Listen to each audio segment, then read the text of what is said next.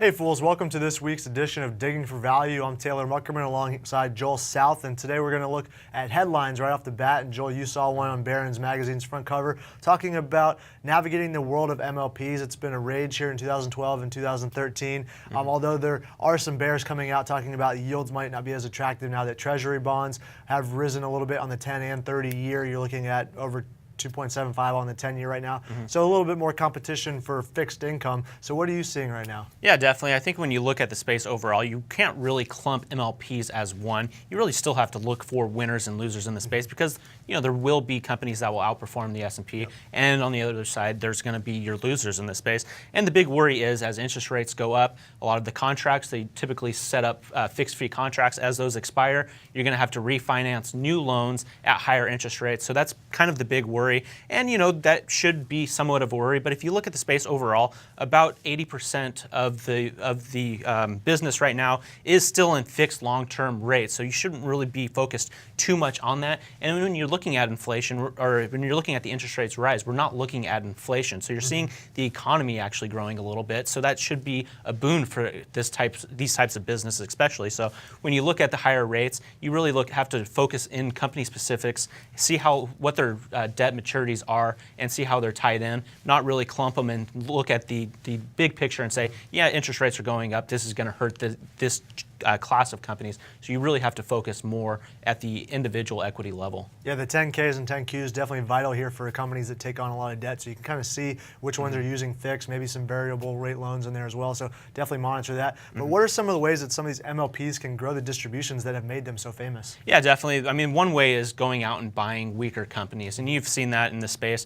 However, what we were talking about, yeah, interest rates are expected to go up, but the economy actually is moving that. It's not inflation. So, what that means is that's a lot of growth in the industry. What will help is actually going out and helping these companies grow organically. And as you grow your business organically, you'll keep moving the distributions up, and that will help your yields out. And there's a lot of growth out there. I mean, if you look at the Bakken, that's just this massive field. Only about 17% of the production out of the Bakken is actually being moved by pipeline. So there's a huge midstream growth in that area alone. Also, if you look at the Marcellus, there's been a lot of oil or natural gas liquids and natural gas that's been kind of held in because the takeaway capacity hasn't been there. The same with the Utica.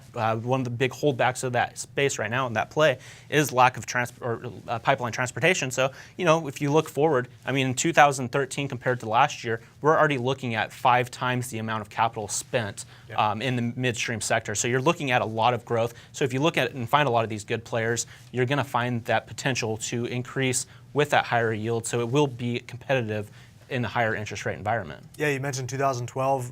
E&Ps were woefully underserved by infrastructure, so we're slowly starting to catch up, but still a lot of running room for these companies to build out further projects. And now we want to talk about some companies that you're really focusing on and you think will be solid bets moving forward. Yeah, definitely. One company that always comes to mind is Enterprise Product Partners. This is a company that for over 8 years, almost 9 years, consecutively, they've increased their distribution, which is fantastic. A good thing about this company, they don't have that general partner, so they don't have to pay the incentive distribution rights to that partner, which is fantastic.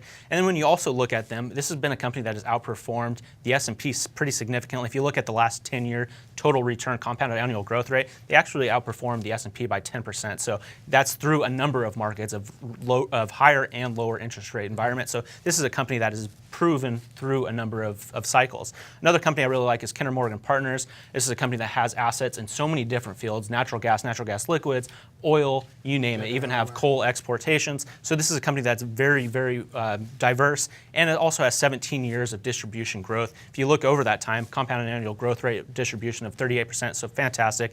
And then you can also look at companies like Enbridge, have a lot of connections, obviously, in Canada, where there's so much oil that it needs to be moved, so many projects that could go online for them. So that's another company that should see economic growth really help out, more pipelines come on, and then see that distribution grow. So I think that's definitely 3 companies that you should keep your eye on. And then going back to you've actually been looking at a number of headlines, and the big thing that you've been looking at is Mexico. For a number of years, they've been a national oil company, country that has a national oil company. So what do you see that's changing in the dynamics there? Yeah, well, I'm not, like you mentioned, not focused on one headline, but a lot of headlines from this week in Mexico is seemingly going to try and change the old guard here a little bit. Maybe not let Pemex dominate every bit of oil production that they have in this country. They've seen oil production slide almost on an annual basis ever since the last decade, I guess, basically almost down 25% from its peak. And so you have to start to scratch your head, when are they going to open these up to independent private companies? And they finally might do that. They're not going to open up the reserves for these companies to own the reserves, but they will pay them on a per barrel basis for how much they produce.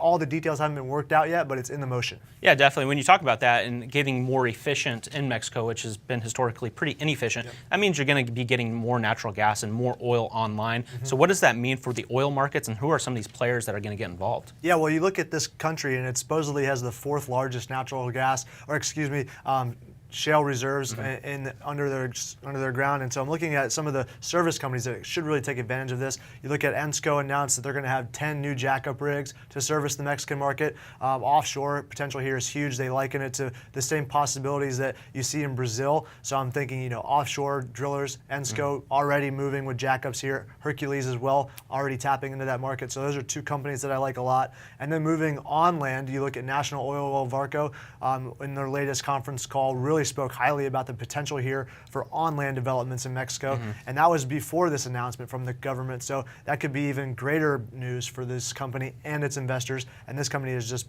been wildly successful at acquiring companies, so they have all the parts in place to really take advantage of this. And then moving to the on-land services, I'm looking at Halliburton. They've got a contract with Pemex that they signed back in July. They talked about it a little bit on their conference call.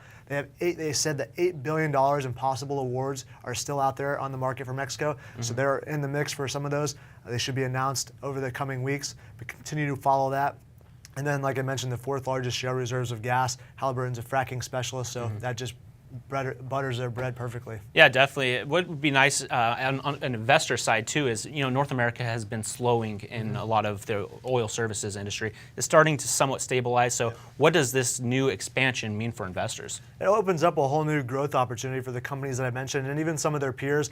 We don't really have time to mention everyone that can benefit, so I just named a few, but definitely concentrate in offshore drilling. Look for some of the integrateds that have had success in the Gulf of Mexico, similar geologies underneath the surface there for offshore Mexico, so you could see some of them really take advantage of that with all the spending power they have. And then I'm also looking at fracking the shale natural gas. It's something that North America has done wildly successfully over the last few years, especially in the United States. So look for that technology to be transferred down to the Mexican region, and companies that have been successful in the United States are probably going to be successful there if they can get the awards. And then limited naturalization risk in Mexico, because the reserves aren't going to be kept on the books of these companies. It's very unlikely for them to be hurt by any nationalization of, like you saw in Argentina with YPF earlier in the last year. And so I don't think that there's as much risk in this market for companies to move down there. So I like this situation a lot, and I think the energy market is really going to benefit from it.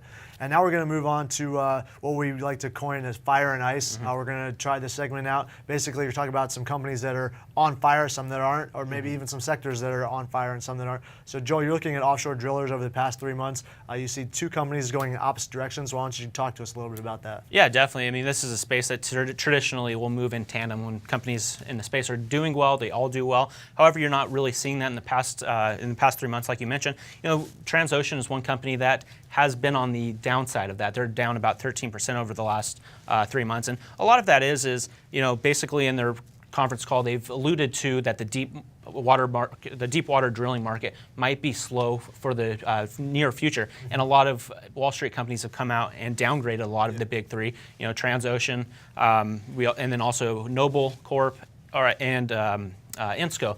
They're the 3 largest drillers, offshore drillers, so they were all downgraded because of this short-term holdback. But that has hurt them. And if you look at Transocean, a lot of the issues here are people are moving into newer rigs. They want newer equipment, so the day rates might get pinched in the near term. And since they have an older fleet compared to some of their competitors, that's really been holding them back.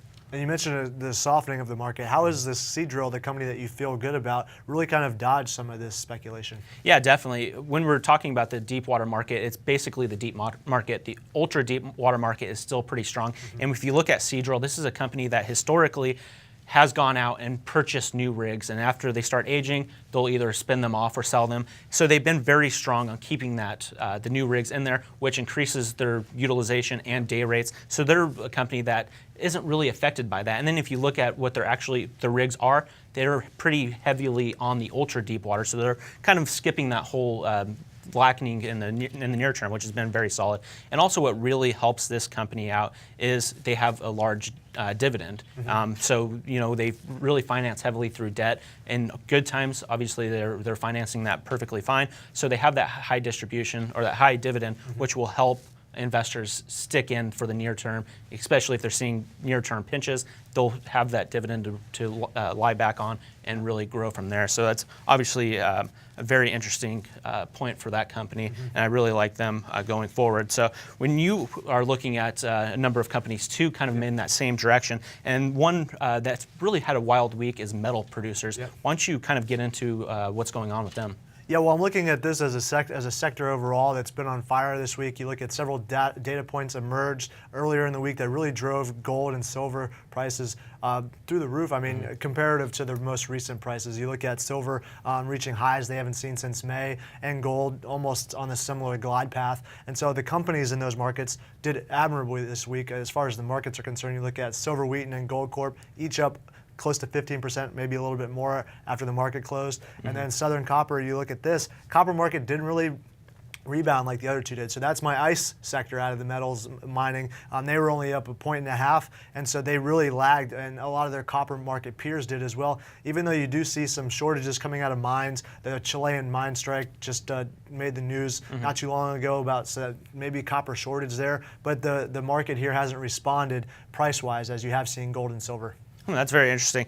So when you talk about that, what are some of the data points that we should be looking out for? Well, you saw China announce that they upped their growth in purchasing of gold in the first half of the year, and that really had a wild effect on the price. You look at a lot of effects on both gold and silver, and then gold near the 3-week high. So I think that you could see some of this momentum carry forward if positive news continues to come out of China, especially on the industrial side, which is where silver finds most of its end users.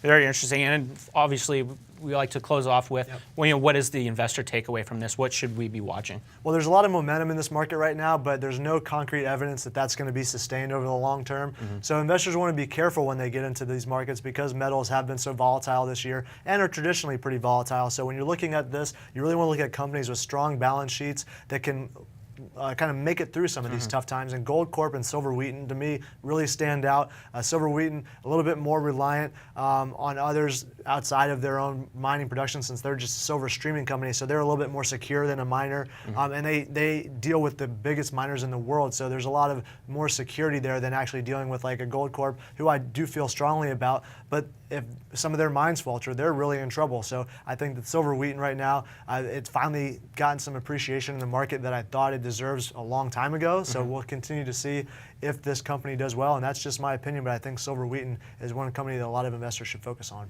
That's very interesting. I think that as gold prices go up too, that could be a huge boon for them. Yeah, it's not too bad. And then you're looking at, right now we're looking at companies that we want to talk about. We like them right now, and then we want to talk about maybe another company that if they do a few different things differently, we might like them in the future. So Joel, if we're going to look at a couple of different companies on your radar, who is a buy today in your mind? Yeah, if I'm looking at a company that I'm buying today, that's still Devon Energy. It's a company I've liked for a long time because they've been so significantly undervalued for almost a year and a half, it seems. And it's really a company that is doing a lot of the right moves. Unlike a lot of their competitors, they've really had that conservative approach where they went out and sold off a lot of assets to build up that strong balance sheet years ago, where a lot of other people were going out and acquiring a lot of positions. So that's obviously been very strong for them. They still have about 60% natural gas production on their books of total production. That is kind of a headwind that's kind of knocked them down. It hasn't allowed that company to have that share price appreciation. But when you look at what they're doing, they're growing, or they're putting 100% of their capital expenditures on liquids and oil plays, and they've really had a great quarter by growing their oil, which is fantastic. Like we mentioned, they still have $4 billion on the books, which is really great for these companies to go through a number of those cycles. And then if you look at a lot of their the Mississippian line that they're drilling, and a lot of the Rockies exploration drilling, which is more risky, they've gone out and put together joint ventures to fund that, so they don't have to go out and spend out of their pocket to go and test a lot of these plays. And they still have a significant working interest in them, so they still can drive a lot of profits, but they're just going about it a lot smarter. So that's obviously very strong. That's one of the reasons I really like them. And plus, they still have a lot of assets in the Permian Basin. They have huge position there, great oil, lower costs, and then they have the oil sands, so they have a lot of oil on their books that they can go out and extract. And so now, being a Motley Fool employee, what do you think about this company, and where's it going to be in the coming years? Yeah, definitely. When I look at this company, one of the other oil and gas companies that I think is probably the best in the space is EOG, and I really think that this company is following that same footprint that EOG left, and that's basically being conservative and really growing liquids in the best plays, and that's exactly what they've been doing. And if you look at what Devon Energy is planning on doing for the next decade, they're looking at about a 15 to 20% compound annual growth rate for crude oil, which is fantastic. And if they keep doing that, they're going to have that huge base. They have the assets to drill it. They'll have that huge oil base, and I really see them their price or share price really appreciating like EOG. I think they're just a couple years behind them. And like I said, EOG has been fantastic in a number of their plays. So I'm very interested to see, and I think they'll actually be in that same position in a couple years. Let's hope so. That's great long-term prospects if they actually can achieve that benchmark. And now we want to move on to a company that's on your radar, Ultra Petroleum. This company might have a little bit of work to do. What to be a buy in your mind? Yeah, definitely. What I like about this company is it is a low-cost producer, and they've really gone out and attacked a number of their assets. And if you look at their Jonah and Pendale assets in Wyoming, this is a nice play for natural gas producers, because you can actually turn around and sell the natural gas at a better rate than you can get for Henry Hub. So I think that's a really good asset for them to have. And like we mentioned, they're the low-cost producer, which is fantastic. So when you look at this company, I do think that they're extremely undervalued, but they do have some issues that you have to look forward to. And like I mentioned, that having those assets in Wyoming and being able to command higher prices is huge, especially when you're seeing natural gas at record lows. So I think that's a huge boon for them. And being the low-cost producer in that space is really, really advantageous for the long term. That's okay. So now that we've talked about what you like about this company, if you could sit down with management, what would you tell them that you'd like to see changed in order for that to flip the switch on the buy? Well, I don't know if I think management's trying to get to that next level, and they're not too far away. What holds me back from going out and buying them today is really, if you look at their hedging, natural gas hedges, they're only about 40% hedged going forward. So that's kind of a worrisome for me, because they do have a lot of debt in their balance sheet. And if you look at their debt metrics for their debt covenants, they're really getting close to that. And if natural gas prices were to hit a short-term lull when they're not hedged, they could actually break one of those covenants. So what I would like to see is continuing to pay down that debt. Last quarter they paid $50 million down, which is fantastic, about what was expected. So if they can maintain that, natural gas prices still maintain that nice level, and get into 2013, get into a lot of hedging positions where they can grow their business slowly, pay down the debt, and then move to that next level. So they're being conservative, and management's made that move where they've cut so much capital expenditures. But I'm not sure quite yet if I would buy them, just because I want to see what happens the remainder of the year with that debt level at that point. So that's basically what's holding me back from buying Ultra Petroleum today. Now I want to turn this over to you. You've also been looking at a company that you like that could be a buy right now.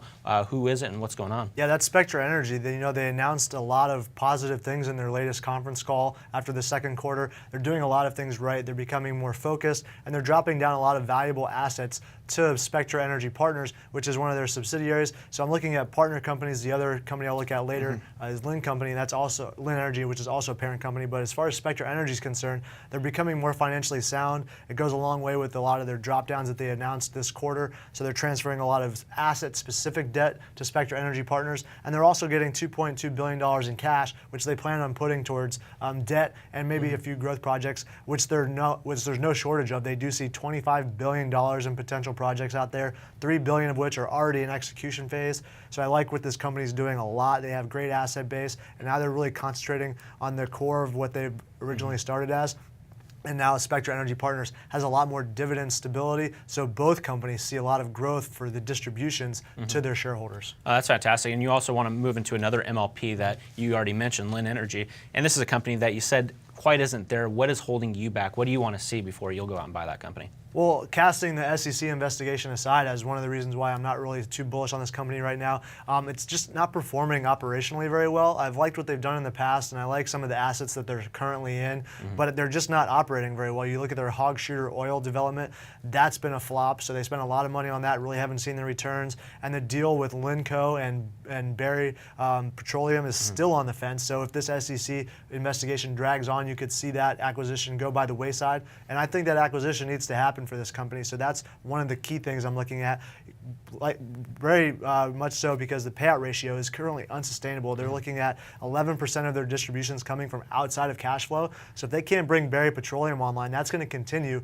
So they need additional cash flow if this acquisition doesn't take place for me to feel confident in that distribution that they're well known for, and for them just to continue performing operationally. Yeah, definitely. That's a tough position to be in if you have to acquire to get over certain hurdles. Exactly. You know, long term that could be fine if you get a lot of production out of those plays, but if you're looking for that acquisition to go through just to keep that dividend high, that's obviously it's a lot of pressure. It's a lot of pressure because if that distribution drops, then you're going to have a lot of people, flooding away from that stock. So obviously something to watch. I'm going to keep watching it. Maybe one day I'll be able to pull the trigger, but for now, Spectra Energy is the parent company that I'm looking at. And now to close off the show, we want to look at what's coming up next week. And Joel, there's some weather-related issues that you're focused in. Yeah, definitely. This time of year, this is always a big issue that you want to watch. And right now, it's just a tropical disturbance. Maybe we'll get it to see if it will turn into a tropical storm, Fernand.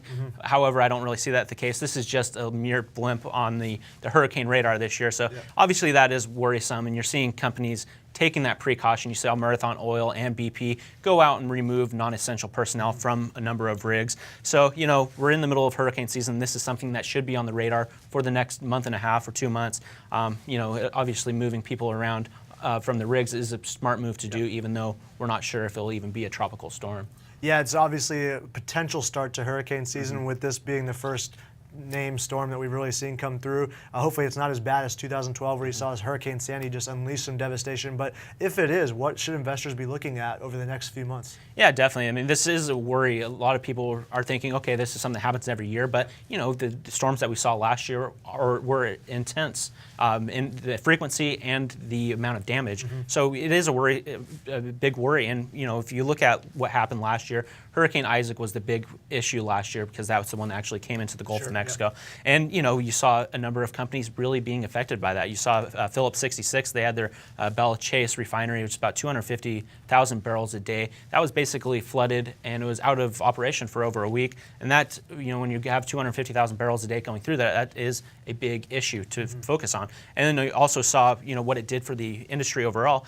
Days after Hurricane Isaac came through, you still saw 11% of the Gulf refining capacity still held in. You saw about 95% of the oil production while the storm was going through that was locked in. So that's a lot of oil that stuck in place, really affected a number of companies. And then you had to go out and remove 80% of the rigs, the personnel from the rigs. So obviously that is troublesome, and it does affect companies. And if you look at even large companies like Chevron, they basically pointed fingers to the storm saying, we had production issues because of this. We had a lot of locked-in oil, and we missed our guidance. And this was pretty much standard for a number of Gulf Coast companies or companies that have operations in the Gulf Coast. So this is worrisome. When you see the storms come through, you should be watching this and seeing how much damage is actually being done, and then factoring that into your projections going forward.